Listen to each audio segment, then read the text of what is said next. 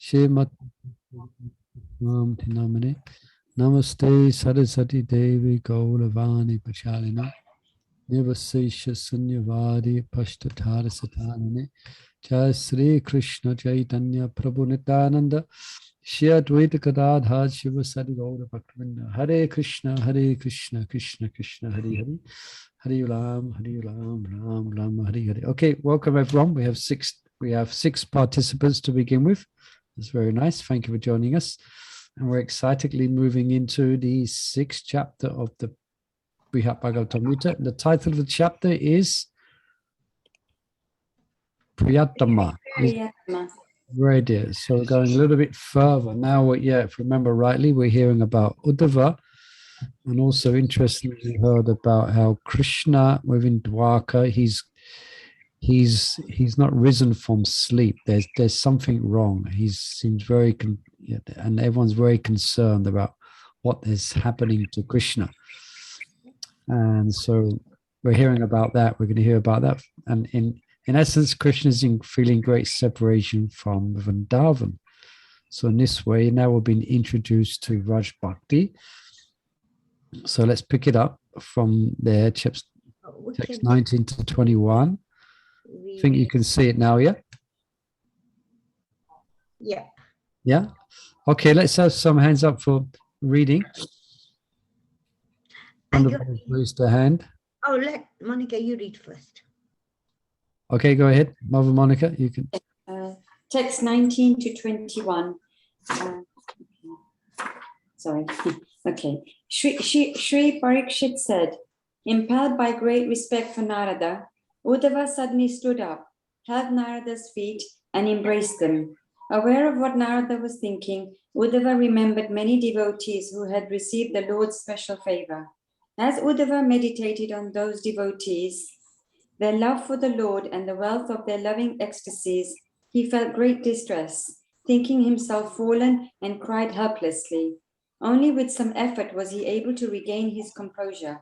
Then he became joyful and spoke to the sage, moved by the Shastrika emotion of jealousy. Commentary. Uddhava knew that Narada was thinking about how to find the best recipient of the Supreme Lord's favor. He intelligently deduced this from the way Narada was acting.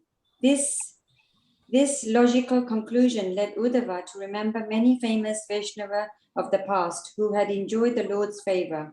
The ecstasies of pure Vaishnavas, which appear on their bodies as perspiration, trembling, horripilation, and so on, are the priceless treasure of those Vaishnavas, a treasure whose value can be estimated only by Vaishnavas following in their footsteps.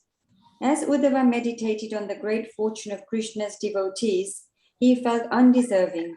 He experienced the essential devotional prerequisite of daya, utter humility. For Uddhava to regain his composure required great effort, plus the help of Narada, Balaram, and the others. Uddhava was next confronted by the bhava of jealousy, intolerance of others, good fortune. This transcendental jealousy, however, was sattvika, born from pure goodness, untouched by the influence of passion and ignorance. Therefore, it was a cause of joy, having no trace of hatred. This ecstatic jealousy gave no distress to Uddhava or anyone else. Rather, in this jealousy, he entered even deeper into the trance of his attraction to Krishna. Just as devotees in the conjugal mood became even more blissfully attached to Krishna when jealous of his other lovers. Okay, Hare Krishna. What I think we'll do is we'll each read a verse each, so we can have a lot more devotees read if they like. So sometimes it might mean that there's no purport, or there's only 2 lines to the verse, but that's the way it goes. So sometimes you might read for a little. Then we can pause a little bit and perhaps reflect on each verse as well. Any questions about this? Is very interesting. We're hearing something called here. What is it? Let me look. It's called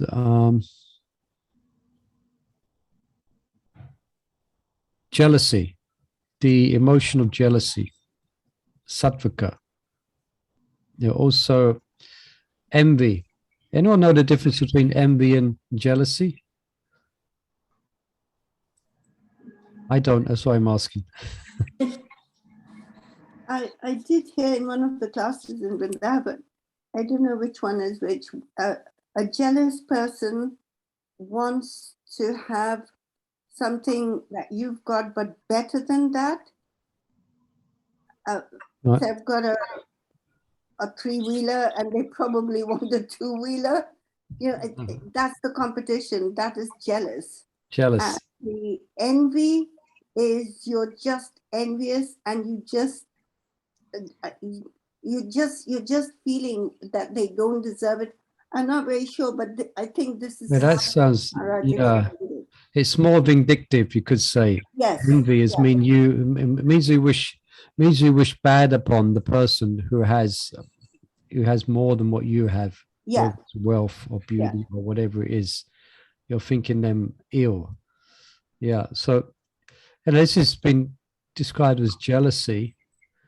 And here it's born of sattvika bhav. As we know, it's one of the constitutions of rasa, one of the symptoms of ecstatic relationship with Krishna. But here some details are given. Therefore, there was no trace of hatred. So Uddhava, he's feeling his own lacking. In that sense, he's feeling jealous of other devotees' relationship and affection and love with Krishna. But he's not wishing them bad. As we mentioned, it isn't envy. Although there is descriptions of the gopis, transcendental envy. And that's quite interesting because when you read about their envy, they actually speak quite harshly about their competitors. Yeah. And they criticize them quite severely, and they cut jokes about them, But this is, to be understood carefully, this is all a symptom of unmada. It's all a symptom of the madness of love. Yeah.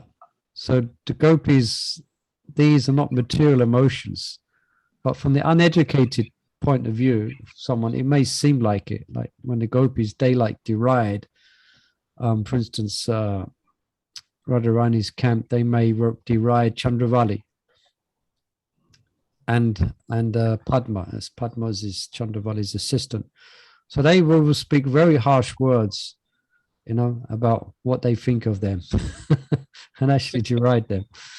But it's all pure. It all helps to enhance Krishna, Radha and Krishna's Leela. So interesting is that the gopis, when you hear about their jealousy, you have to understand. Sometimes you read. There's one book called Ujjvala Nilamani, and it comes after Nectar of Devotion. It describes all these different groups of gopis. There must be hundreds of different groups, hundreds of different moods, and a lot of them have got not much good to say about the other gopis. But it's all pure. Difficult to understand, perhaps. So the jealousy we have in the material world, is it sort of like the opposite? So it's not transcendental jealousy, obviously, but it's like a reflection of that jealousy, because there was jealousy in the spiritual world as well. Yeah, because jealousy in the spiritual world is based on what level of love and affection another devotee has. But jealousy in the material world is based on what type of house my sister has. Compared to what type of house that I've got. Right. But the jealousy in the spiritual world is they're jealous of the bhav and the affection in a loving mood. They're kind of desiring to have that same intimate relationship with Krishna, to be just as good. So in that sense, it's transcendental. Like it's not as if they're desiring a better kalpavriksha tree than the other gopi, or they're desiring a better sari than the other gopis. No, they're not jealous of that. it's love. It's sometimes love takes on, it becomes quite intense, and it take They feel inadequate in their love because somebody else has got better, and they want to be able to show their love in that way, I suppose. Well, they don't experience a sense of being unfulfilled and or inadequate. They're completely content in their relationship with Krishna. But transcendentally, they observe others' relationship with Krishna, and they appreciate it very much, and they wish more. So it's a sense of, also it's in the sense of, you could say Ripalamba. They're feeling separation from Krishna when they see another gopi or another devotee, someone else is with Krishna, like Uddhava was thinking of other devotees. So therefore, in his humility, that's why humility is mentioned here as well, wasn't it? Yes. Yeah. So Dainya. It creates Dainya. Devotees sees himself as having no love. Compared Dainya, as we hear Radharani, where she even sees the deer and cows and clouds and trees, and as having more love than her for Krishna. That's Dainya, utter humility. So interesting things, spiritual emotions. It takes some understanding. So it takes some advancement to actually be able to have some insight. Also, because there's no competition. Like you said, they are whole within themselves. So that it's not a competition. They're feeling, because this is where we differ in the material world. We are actually adhering to our senses. Yeah, that's it. Senses. Yeah. Just like, it's a very good point. Just like Krishna, or let's say in the material world, sometimes we actually, you can read that in the Srimad Bhagavatam, when the king has more than one wife, then normally there's pretty intense envy and competition and dislike between the co-wives. It can be. But with Krishna, he has millions and millions of gopis and millions of 16,000 wives, millions of gopi girlfriends, and none of them are jealous of each other. No. It's really because they all want to please Krishna. So even if another gopi pleases Krishna more, then they will want to help that gopi to be with Krishna. Yeah. So it's quite amazing if you think of how many gopi girlfriends Krishna has and how many wives he has, and none of them are envious of each other. That's quite amazing, because they're all not, because none of them are concerned about themselves. None of them are concerned about what is or not happening in regards to themselves. They're all concerned that Krishna, all just want Krishna to be happy. So that's what the ones are there for. They have there's no envy amongst them. Although, as we mentioned, if you read some explanation, it may seem like that, but it's all part of the play. It's all part of the Leela. All right. Here in the material world, I've heard that if somebody's envious of you, or if you know somebody's really envious of you, you should try and stay away. Is that right from that person? Is that, did I hear? Well, it depends on the circumstance. I mean, it really depends on the circumstance. In some situations, then that may be the best thing. You know, it really depends. Yeah. So I couldn't give it. It really depends on the situation. And I just remembered that I was thinking of it the other day. Perhaps I'll share it next week. Hopefully, if we can be together for next week, I'll be in Radhadesh. But there's one painting that comes from the 18th, 19th century. And I was doing a little study on envy, and I managed to pull off from the net this painting. This artist had painted this expression on one elderly lady, and the way he's done this painting is brilliant. You can see that she's envious. She's actually looking, and then, but all you can see is her face. So the question is, so the artist, what he had in mind when he was painting it, so it is more senior lady, what she's envious of, and it mentions in the picture that he painted it, she is looking at a young girl. She's looking at a young lady. And the expression on her face is like, it's interesting. I should show you how the artist has really shown it, you know.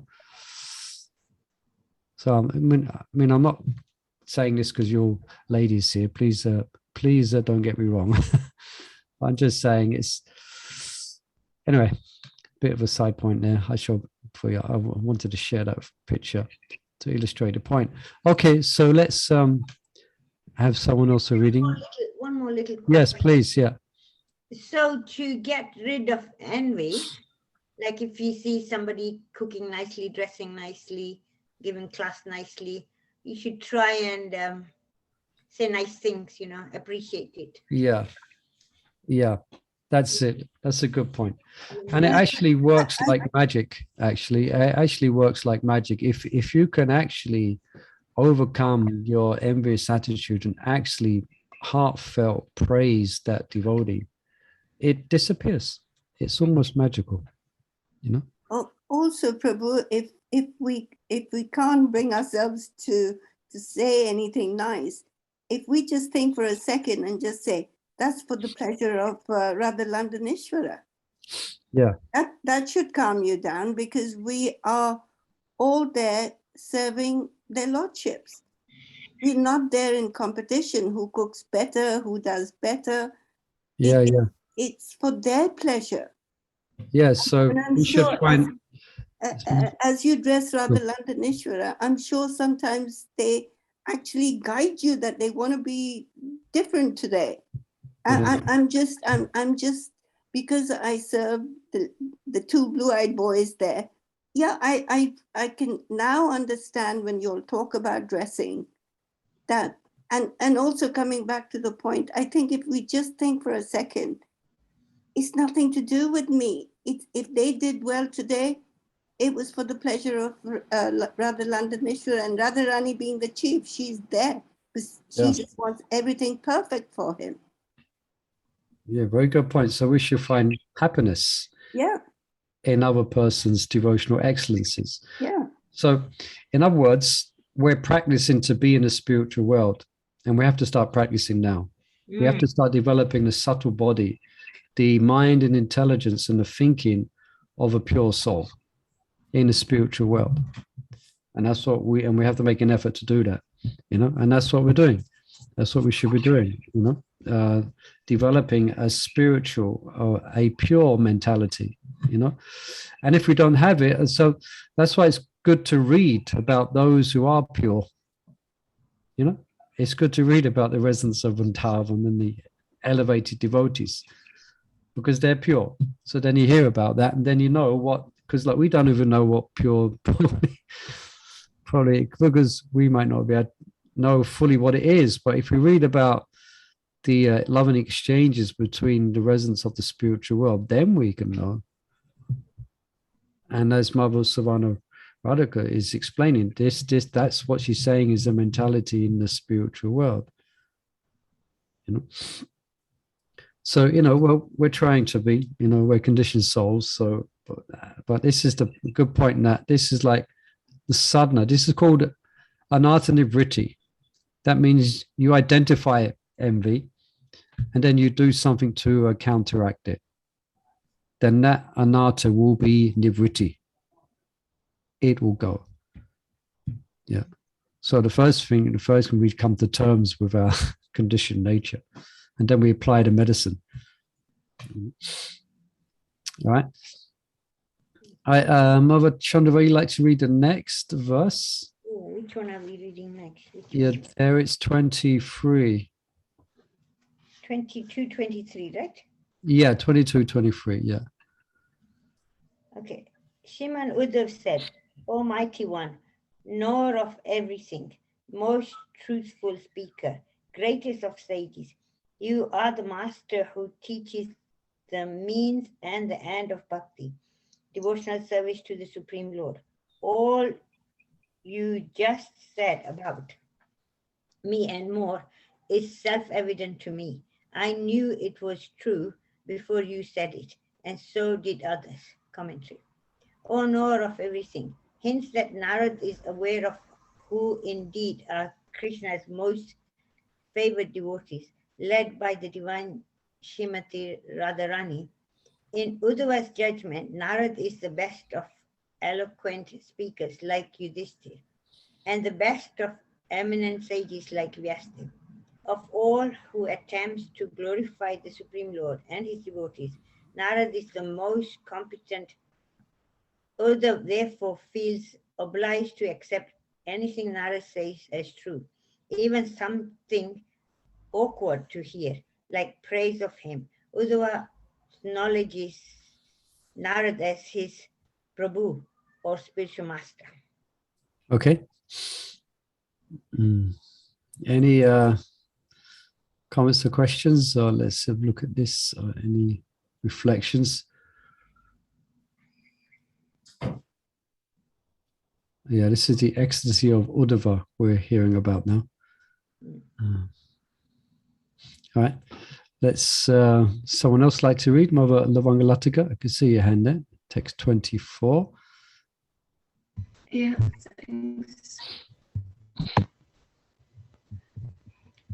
Text 24. Okay, sorry. When I saw on my recent trip to Vraj, what I saw on my recent trip to Vraj took my pride in my special good fortune and suddenly crushed it to dust. When I saw. Yes. Commentary. Uddhava cannot easily describe his impressions of Vraj. Therefore, he simply says, what I experienced, yat kimapi anvabhavam. Before he visited Vraj, his pride in being favored by Krishna had been as great as Mount Meru. But when he saw the greater devotion of the Vrajavasis, his pride was quickly reduced to a pile of dust. Okay, so this brings up. I think we're quite familiar with this, isn't it? This is in it's in Srimad Bhagavatam. So Uddhava he's based in Dwarka, isn't it? So he's heard something about. Obviously, he's heard something about the Vrajavasis. Actually, all the queens as well. They've all heard about the Vrajavasis and the gopis. But one thing is hearing about, which is quite powerful. But to actually come, you can imagine Uddhava. He described that when he came before so don't forget, when he visited Vrindavan, Krishna had already been away for many years. I forget how long, I think 90 years. I'm not quite sure on that, but a good few years. So their emotions was like a tsunami washing up Uddhava in complete amazement. You know, emotions can be quite strong, isn't it? You've ever been in a room when someone starts crying or something, or someone gets like, it does affect, doesn't it? It has some effect. So you can imagine the emotions and devotion and emotion of the Vrajavasis, who they're feeling some separation from Krishna. So Uddhava gets very much humbled, and that's Krishna's aim. That's part of Krishna's plan, is to pacify the residents of Vrindavan with news of himself, and for them to give news about them, but also so he could learn about what is a Raj Bhakti. So especially when he approaches Radharani, he's very difficult. Anyway, I can't record it. I just remember coming away with the impression upon reading that Uddhava was very, very, very, very careful and respectful about how and what he said, because she was such a volcano of emotion in separation. He was like treading in a minefield, to be very careful. Anyway, so this is Uddhava. He's become humbled. All right. So I guess we're going to run out of readers quite quickly, because everyone's reading one verse, and probably you can read twice if you like. If anyone out there who doesn't normally read would like to read, let's see who's with us. Raj Kishore, will you read as well? You can read the next one, 26. Okay, Hare Krishna. 55. Number 25. 25, excuse me. Yeah. Yeah. Since then, I have understood the amazing sweetness of Krishna's mercy, of love for him, and of those who possesses that love. There is no commentary. Okay. Will I read the next one then? Yeah, we'll let you read the next one. We'll show. Yeah. Just by what I saw in Vraj, I came to be most blessed. I was swept away in an ocean of ecstasy, thinking myself completely favored by the Lord, a recipient of his most extreme mercy. Okay. Why don't you read this next verse? Why don't we do that? If there's no verse, you can read to the next. If there's no purple, you can read to the next purple. Then we can. All right. Yeah, go ahead. Everyone here knows very well what I then sang in my ecstasy, what desires I had, and what I did. Better for now not to speak on those matters further. O best of sages, I bow down to you again and again, and I beseech you, please curb your eagerness to relish those various affairs. Commentary. Buddha's song of ecstasy in Vraj are recorded by Sri Sukadeva Goswami in the 10th canto of Srimad Bhagavatam. Among all persons on earth, these cowherd women alone have actually perfected their embodied lives, for they have achieved the perfection of unalloyed love for Lord Govinda. Their pure love is hankered after by those who fear material existence, by great sages, and by ourselves as well. For one who has tasted the narrations of the infinite Lord, what is the use of taking birth as a high-class Brahmana, or even as Lord Brahma himself? Bhagavatam 10, 47 to 58. The gopis of Vrindavan have given up the association of their husbands, sons, and other family members who are very difficult to give up, and have forsaken the path of chastity to take shelter of the lotus feet of Mukunda, Krishna, which one should search for by Vedic knowledge. Oh, let me be fortunate enough to be one of the bushes, creepers, or herbs in Vrindavan, because the gopis trample them and bless them with the dust of their lotus feet. Bhagavatam 10, 47 to 61. Therefore, anyone familiar with Srimad Bhagavatam knows very well what Uddhava said and did in Vraj, and what confidential ambitions he revealed there. It is no secret that Uddhava discovered in his Vraj Dham that gopis headed by Sri Radhika are much more intimately favored by Krishna than himself. But in the present company, Uddhava wanted to avoid pursuing these topics. Sri Satyabhama and other queens of Dwarka who were there might be displeased to hear the gopis' super excellence described, and Sri Krishna himself, being reminded of the gopis, might be driven into even more distress. Narad, however, having come to Dwarka just to hear about the recipients of Krishna's great mercy, was intent on fulfilling his mission. Uddhava thus submitted to him a humble request that he bring his eagerness under control to avoid undesirable consequences. Thank you. Okay. So, excuse the music. I hope you can't hear it, but coming from next door. But any reflections on this? Uddhava. He comes from a quite exalted family, as we know, and he has an exalted position in Dwarka. But he just wants to now coming in touch with the gopis, then he wants to be a blade of grass. Yeah. Just to be treading upon them, you know. It's quite a distraction, this music. I'm trying to concentrate here. Yes. Prabhu, I was just Yeah, please. not around this context here. Isn't this when that painting, when Krishna sees himself, the reflection in the pond, isn't it this the point where he then has this, that he's going to come as Lord Chaitanya Mahaprabhu, hearing all these parts? This is what I've heard, that it was at this point that he revealed that he'll be coming as Chaitanya Mahaprabhu, because of the separation that he was feeling. And especially when that's why they avoided talking about Srimati Radharani a lot. Yeah, I mean that happened in Dwarka, and that's a specific place called Vrindavan.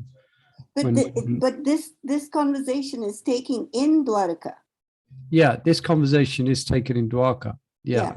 And within Dwarka, there's a place that's called Vrindavan. It's a facsimile of Raj.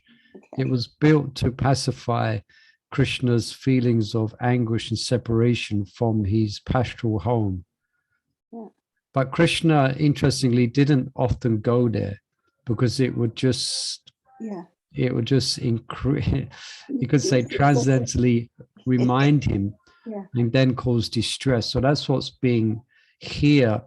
Narada is managing the mood of the conversation here, because Uddhava has brought up, and you're right, that is mentioned there when Krishna in this palace, or in New Vrindavan, there's that picture where he sees a reflection of himself. Yeah. And the very fact that they are trying to contain the topic of Vrindavan is primarily not because they are seeing Krishna so down and out. I mean, isn't that how it started? Yeah, that's it, because it's going to, as it said, it's going to increase Krishna's anguish. Yes, yeah. So, yeah, so now the money, because once devotees go into the ecstasy of, like, even we hear of Sukadev Goswami, the reason why he didn't mention the names of, interesting, he didn't mention any names of the gopis, and there's only a hint of his Aradhita. There's like one verse where he explains that one certain gopi. So that's often explained, that the reason he didn't, because one, he only had 7 days, and if he opened up the whole treasure trove completely of the names of the different gopis, and especially Radharani, then who's to know what would have happened to Sukadev, so would he have completed the recital of Srimad Bhagavatam? So, yeah. But that's correct. I've also heard that there's one place where Krishna, he's desiring, as Radharani, the sweetness in him that she alone relishes through her love.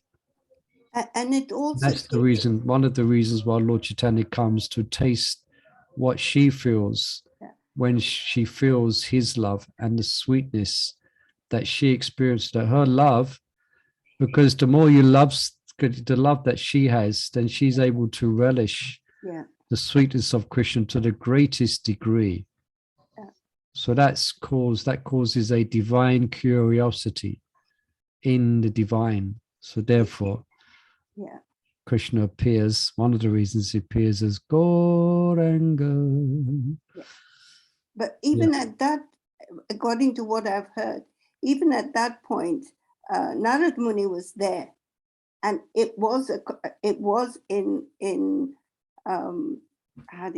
Sabha when they're all there, and they were discussing this. So maybe it is connected with this or not, but it just reminds me of that. I was discussing where? It was the setting was very similar to what we are reading right now. The pastime that I've heard in Vrindavan from one of the villages. Okay, I'm just trying to tie it together. Are you speaking of the pastime where the Lord takes on the form of Jaga? No. When he sees his reflection And Okay, that's okay, I'll review. Okay. because all this conversation is going on and he sees the reflection, and that's when he says, who loves, do I love her more, or the reciprocation? And that's when he says that, you know, I want to taste that. And that's when it was revealed that he'll come back as Chaitanya Mahaprabhu. Yeah, yeah. So all very mystical.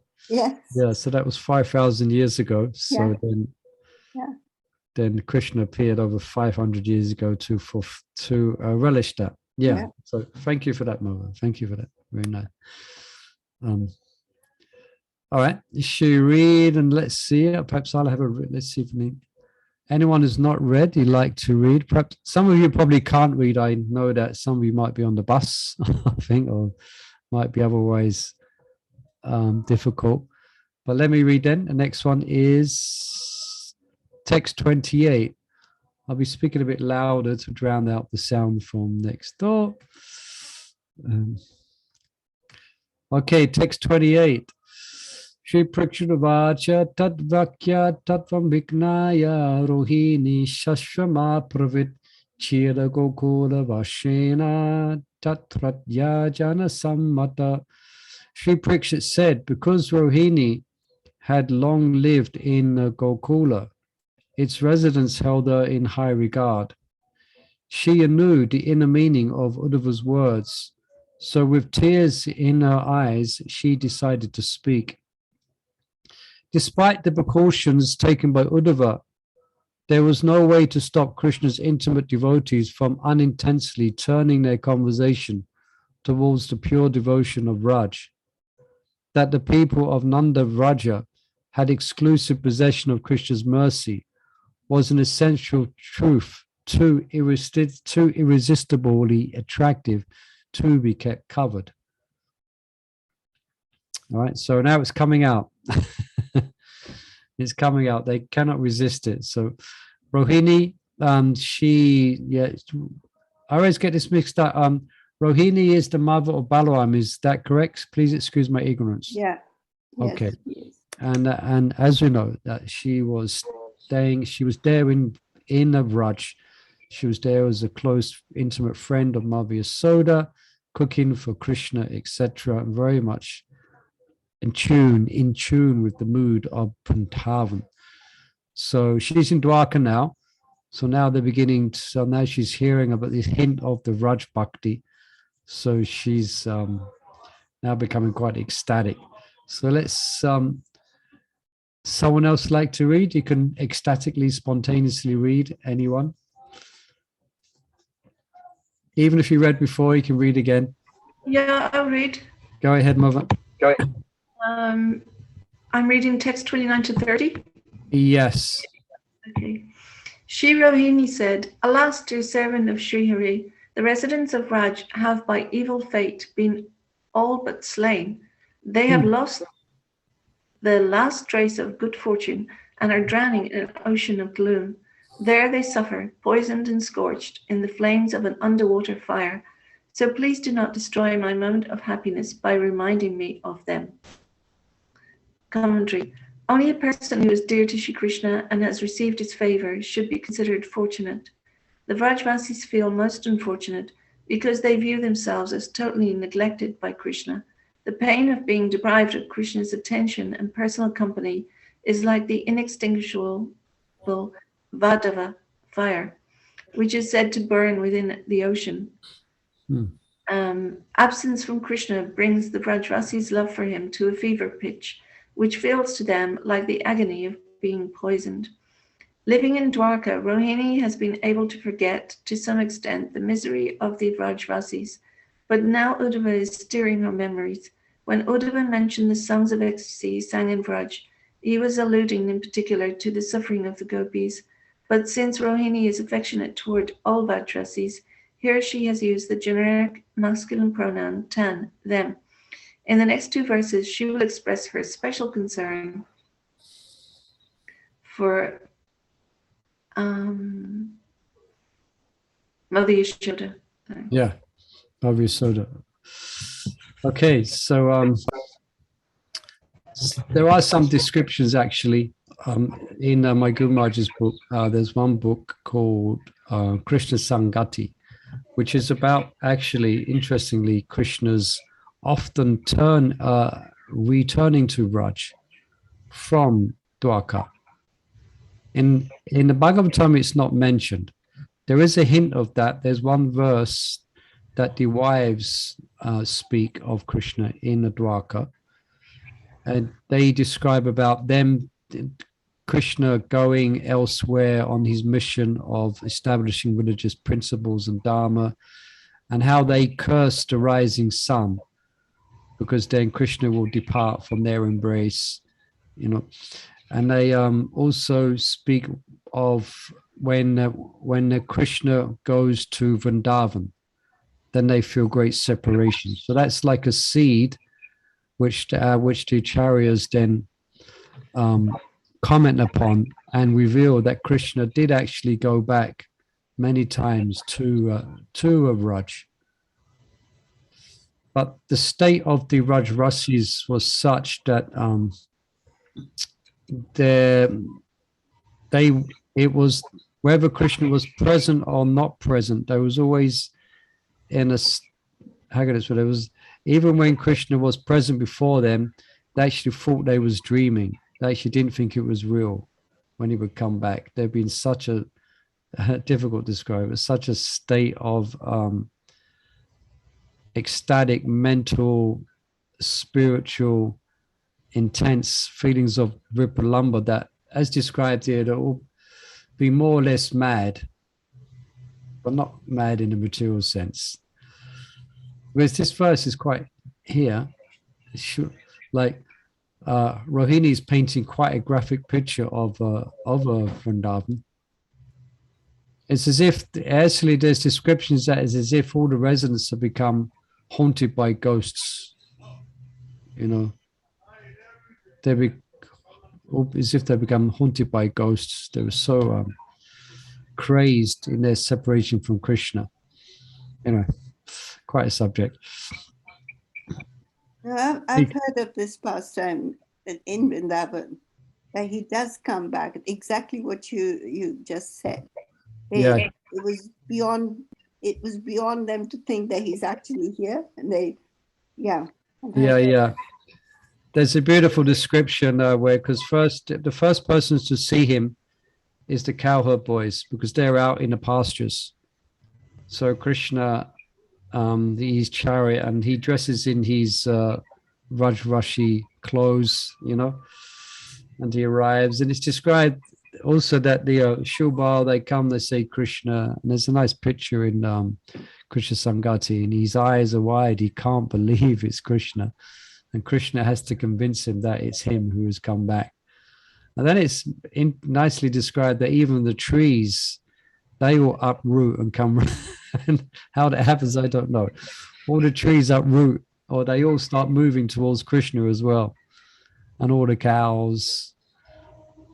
And then interesting description as well is that eventually news gets to the gopis and gets to Radharani.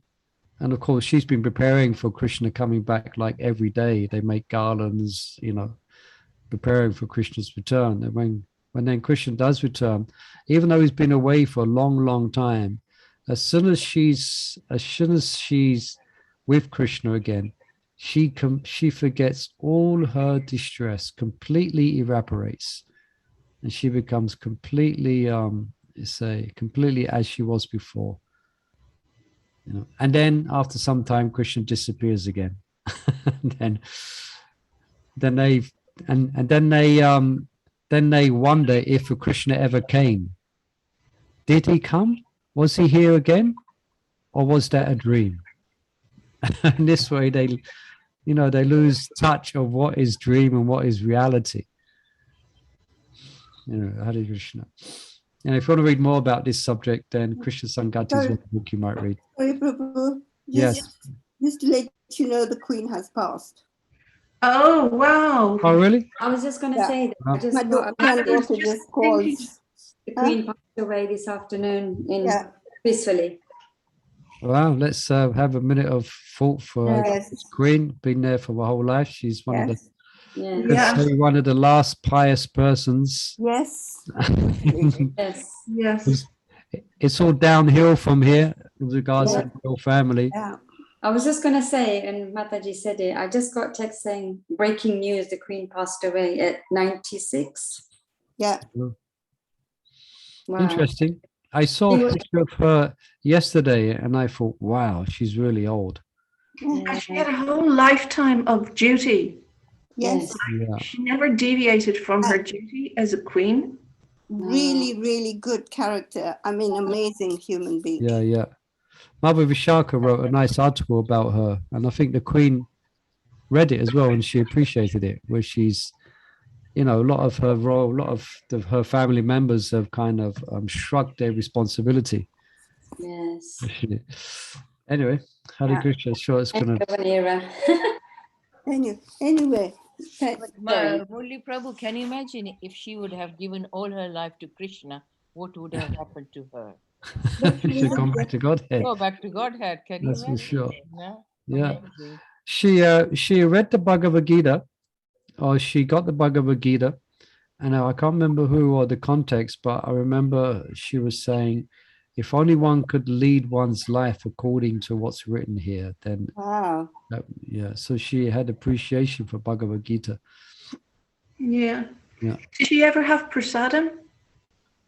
When she opened the Avanti school, maybe they gave her. Yeah, I'm sure they sneaked in a biscuit or something. Yeah. I'm sure they did. Hard And then to they gave imagine. her a painting of Lord Chaitanya. Yeah, yeah. Oh, Krishna. So the pious person leaves this world. Hare Krishna. Yes, Hare Krishna. Oh my God. All right, should we continue Yes. a little bit more? And I'm sure we're going to hear a lot about it next few days, leaving and glorification. Yeah, yeah. The whole funeral is going to be a whole big. Like, Yes. I missed who left. Sorry? I missed who left. Who left? The Queen. Queen. Oh yeah, the Queen has left her body. Really? Yeah. We all have to go the same way, whether you got money or no money or whatever. We all go the same way. Yeah. Sorry. Okay. No. All right, let's read a bit more, shall we? Perhaps Sorry. I'm going to be greedy. I'm going to jump in here. I'm going to read text 31 and 32. Only one text at a time. Well, no, these two texts come together. They're together. Aham Shiva Shudevena Samanita Tato Yada Yashodaya Mahatayas Tandat Nid Atmana Rodanai Gravopi Rodati Ashane Api Anta Dalati Dhruvam Jivan Vityanam Anyasam Vatam Kopi Mukam Nayat. Okay. When Sri Vasudev brought me back from Gokul, the cries of the greatly distraught Yasoda made even stones shed tears and lightning bolts shatter. And who can let the mouth speak about the other women of Raj, who after Krishna left became like living corpses? Wow. Sense, yeah, commentary. Rohini left Raj just as the residents were being cast adrift in the ocean of separation. Yasoda suffered pitifully, but the young gopis who had known Krishna's intimate love suffered even more. Yeah, there's a nice pastime as well in Krishna Sangati where it describes, it's quite an elaborate description of when, Akura comes and then Akura, Krishna and Balaram, or Akura and Balaram, they convinced Nanda Maharaj of the benefits and of the need for Krishna to leave. And then Mother Yasoda, she comes to hear of it. And when she hears this phrase, Krishna leaving, she can't relate to it. She can't she can't hear it. For her, it's like it's mad talk. Krishna leaving, and she goes into an ecstasy. She can't relate to it at all. And there's a nice part where it's agreed amongst the elders that Krishna should go to Mathura. You know, it's agreed. It's not agreed by the gopis, as we will know, or Madhya Soda, but the men folk, they agree. You know, the leaders of Raj. So then Madhya Soda, she's trying to hide Krishna. She's trying to hide Krishna behind these big curtains, you know, when they come. And it's quite and then Balaram is there, and they're kind of, you know, encouraging Krishna to come, but Madhya Soda is trying to hide him. Anyway, just reminded of that little pastime. Any questions or comments on this? I guess we just read. It's quite short purports here. But anyone like to add anything? Okay, someone else would like to read text 33. Yes. Go ahead. 33, yeah. But I am not very intelligent. After your Lord returned from the house of his spiritual master, my sadness drove me to tell him briefly how the Vrajavasis were faring. Commentary. When Rohini arrived in Mathura, Krishna was awake studying with Balram at the ashram of Sandipini. But after some days, the two brothers returned. Rohini was distraught at the plight of the Vrajavasis, who would not likely survive without Krishna. Therefore, she decided to inform Krishna about their condition, even at the risk of discomposing him. She tried to tell him only enough to make him want to visit Raj to console his devotees, but not tell him so much that his own mental stability would be threatened. Rohini, however, seems not to have acted with the best of intelligence.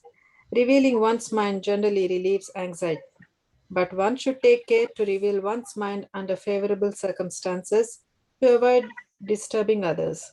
Thus, Rohini can say in retrospect that it was unwise for her to have risked exposing Krishna to the torment of Viraha Bhava. Viraha Bhava is separation. Perhaps we can read another couple of verses, Mother. You can read 34 and 35 as well. Text 34. Yeah, this though did not soften his heart, since all he did in response was send away an expert in the clever art of delivering messages. Commentary. Much to Rohini's surprise, Krishna did not respond with deep concern, and when Uddhava delivered Krishna's message to the Vrajavasis, they did not recover from their devastation. On the contrary, they showed even more extreme symptoms of distress. Text 35. Is this your Lord's greatest favor and mercy on them, as your words imply? 36 and 38. My own experience is this. Sorry, go on. Krishna lived in Vraj. So many calamities. Your voice is coming going a bit. My own experience is this. When Krishna lived in Vraj. Okay. Yeah, your voice is coming and going. Perhaps let's try once more. My own experience is this. When Krishna lived in Vraj, so many calamities threatened to destroy it. Vraj was disturbed by demons from Putana to Keshi, by demigods like Varuna and Indra, by creatures like the python, and by the falling of familiar things at Krishna's house, like the cart and the Arjuna trees. But to these dangers, the residents paid no regard. The residents of Vraj were simply happy to have Krishna in their midst. They did not care what dangers befell them, due to Krishna seeing Krishna as an enemy, due to Kamsa seeing Krishna as an enemy to be destroyed. To kill Krishna and ruin Krishna's homeland, many demons, those mentioned in this verse and others like Kaliya, the serpent, who on Kamsa's order polluted the Yamuna with deadly poison. Besides the friends of Kamsa, Krishna had yet other adversaries, including powerful rulers of heaven. Nonetheless, the Vrajavasis constantly thought only about how to keep Krishna happy. They never considered protecting themselves from the attacks of demigods or demons. Yeah, I'm just remembering one time I was in a class, Gaur Govinda Maharaj was often explaining, and he brought up the very interesting point.